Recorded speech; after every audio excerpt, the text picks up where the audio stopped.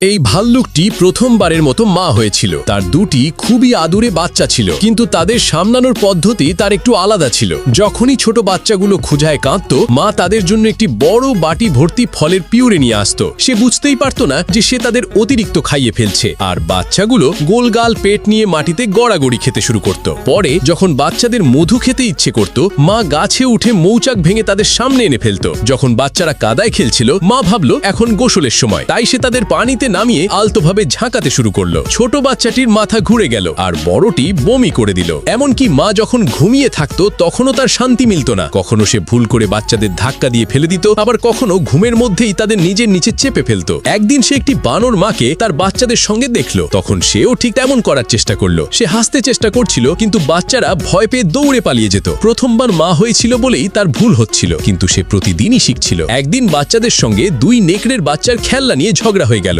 নেকড়ে মা দাঁত দেখিয়ে তাদের ভয় দেখানোর চেষ্টা করলো। ঠিক তখনই পিছন থেকে একটি বিশাল ছায়া এসে পড়ল। সেটা দেখে নেকড়ে মা নিজের বাচ্চাদের নিয়ে দ্রুত সরে গেল এবং খেলনাটি ফিরিয়ে দিল।